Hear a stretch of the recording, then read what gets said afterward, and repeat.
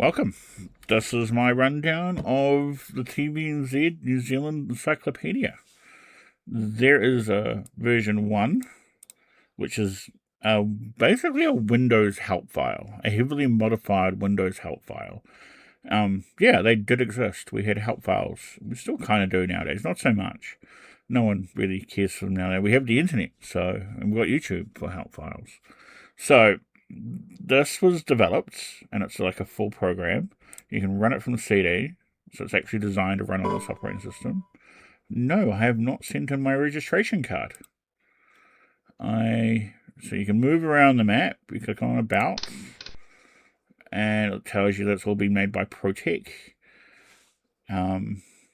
This company does not seem to exist anymore that I can find, or they've just wiped all existence of their old direction off the internet. I can't seem to find much about them nowadays. So there's like the global, we've got maps, galleries, A to Z, search. So we come here. This is fundamentally nearly identical to the old encyclopedia, the original one. But it's just much, much, much heavily improved. I do like that. What was that about? Why is there a second set in here? That seems a bit weird. So we click on maps, and it takes us to maps, and we can move down the country. And if we're interested in, I'm in Topol, so I click on Topol. And it wasn't quite on point, but here we go. This gives us a full map of around the surrounding area. And we got Oraki Korako, Golden Springs, Atamiri, Riparoa, Waitapu, Waikiri Valley, the airports. There's Turangi, lets you know what's been happening around here. There's Murapara. There's Kinloch, Magakino, Kinleith. So, you click on Topol, and that brings us to, pretty sure it's an HTML page.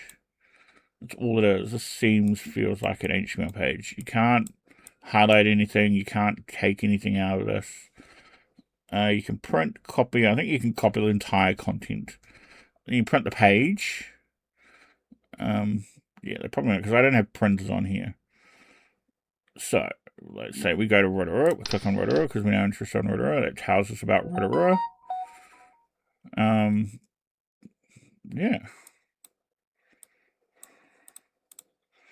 Tells us all about Whare Whakariwara. Where am I? Tells us about Hamilton, Cambridge. Tells us about Māori. Big rundown on Māori people, Māori population. Usual ordering. And then I'm Pākehā, so we can click on Pākehā. Yeah. So we're going to galleries, and we're going to go into videos. Let's see if these Peter Blake. I met him years ago. He died. Thank you very, very much from all of us at TV New Zealand. We knew when we were on the racetrack that we had a lot of people on board with us. I don't think we ever dreamed it was this many. I think that's the speech when he won the America's Cup. I think.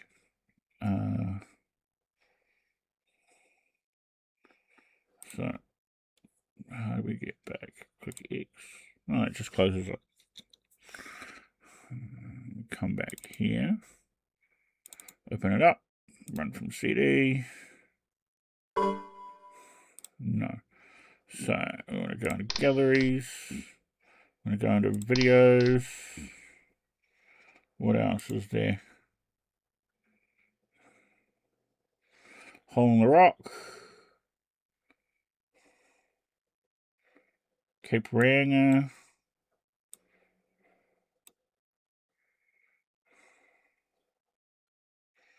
What do we have?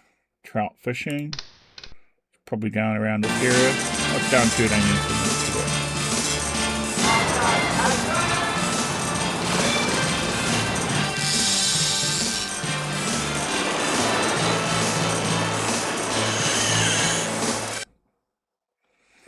it. Not very big.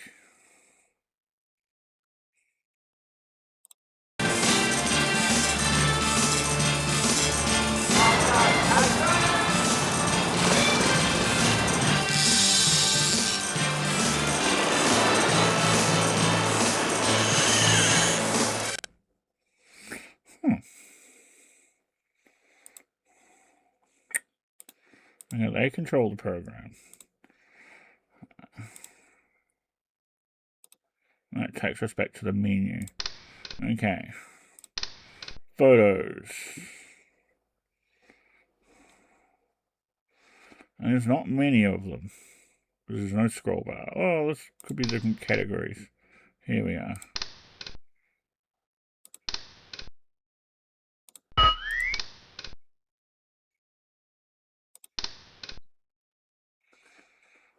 Some popular, like, famous photos. Famous people. Elizabeth Yates. Sally and Wait Wanaka. St. George State Winery. National Library Building.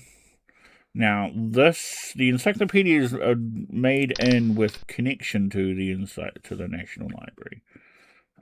They're a major feature. I'm guessing that's where they got all the information assets from.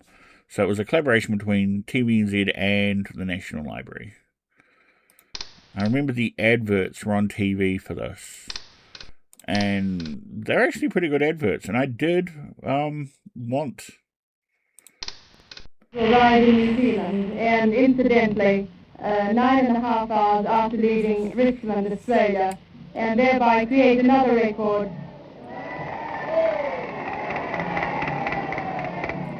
And actually, today I'm just 10 days, 21 hours out from England. So in this flight, in which I considered the Tasman only the last half of the whole journey, I was able... So, Jean Batten, she was a female aviator. One of the first. One of the early ones, definitely. On the same stage as Amelia Earhart. Without the dying, I think. Pretty sure she didn't die or get lost at sea. And they think they may have found Amelia Earhart's body, apparently. Or her remains. When they found the island that she landed on, she ditched the plane into. So, this is New Zealand's early attempt of making their own Encarta, basically. Our own New Zealand homegrown Encarta. If there is no such online thing for that now, like there's still a Britannica, Encyclopedia Britannica online website. I don't think there's an Encarta online website. That does not seem thing, but there definitely is no online New Zealand encyclopedia. But it's just Wikipedia nowadays. But yeah, this was a product that was around when I was a kid. I remember it being advertised. I remember it being on TV. I remember it was on the shelves. I do remember it was on the shelves. I do remember seeing the disc. It was probably, I think it might have been around $40 for the disc. $30 or $40 for the disc. I'm 41 years old now. We're talking, it was out when I was like 12, 13, 15. This is all the days of Windows 98 and 3.1. The first edition came out targeted for Windows 3.1. This version came out targeted for basically Windows 95, 98. And then after that, the internet pretty much took off. And then there was other options like wikis and Wikipedia and all that.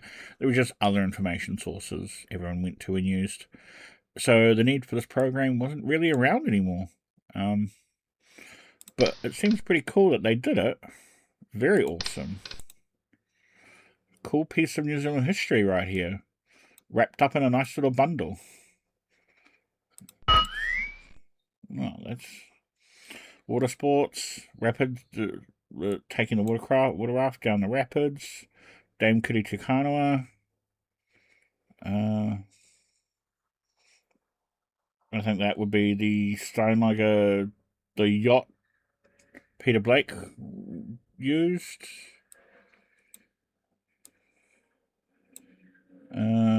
Pictures of Kia, videos of Kia. Manapuri Power Station.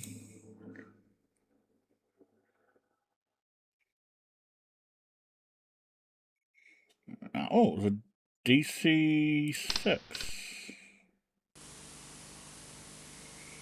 Now, Taupo, where I live, we have a DC-3 parked on stands just outside our McDonald's. You can actually go in there and have your McDonald's inside a DC-3. It's a massive kids attraction, and it's now coined that McDonald's here in Taupo one of the coolest McDonald's in the world. So pretty cool to think about. So yeah, Polymedia.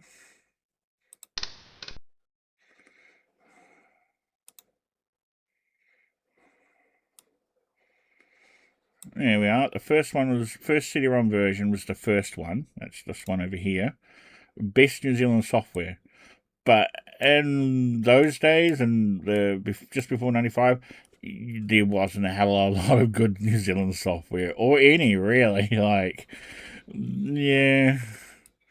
Yeah. Although there was a team in New Zealand that did work with the Young Astronauts Council, and they produced Space Station Alpha, The Encounter. That would have been before that as well. So there were a few options. I do know. Not saying there wasn't, but not like we have now. It's so many so many people producing software in New Zealand. That, yeah. Somebody tried this now, it wouldn't be worth it. And nobody would take it anyway. Like, why can't I put this on my phone as an app? What do I do with a CD? So, yeah. I hope you've liked this video. It didn't seem like much. There's not really much to it. So, yeah. I just thought people needed to see this video, and we can, like, reflect back and look at, like, this is what we had. There wasn't anything else. We had to live with this. That was the option. You're talking dial-up when dial-up was rare, 95. So, yeah, we had dial-up for way longer than I really want to admit. We had basic ADSL broadband way longer than what we would really want to admit. Yeah, telecom here in New Zealand really held us back for many, many years. So that's why software products like this existed, because, yeah. Although when this came out, the dial-up was the only ADSL broadband hadn't been developed yet. As far as I know, that came out much later. But yeah, dial-up was king. So, and this was way before Web 2.0, or Web 3.0, in fact. So this was the first Web 1.0 era sort of stuff. So, yeah, I hope you guys like the video. If any comments, if you guys have the file, if you guys have the CD, if you guys remember it being used, if your parents bought it for you, put your comments and your thoughts down in the comments, and, yeah, remember how awesome this program was when it was advertised on TV, and then when you actually got it. But compared to what we got now, it doesn't shine anything what we got now. But I'm talking in the day, this would have been pretty awesome software. Not as polished as Encarta though, but pretty damn cool. We never got featured. New Zealand never got featured much in the Encarta series, so this was pretty cool. A pretty good option to have.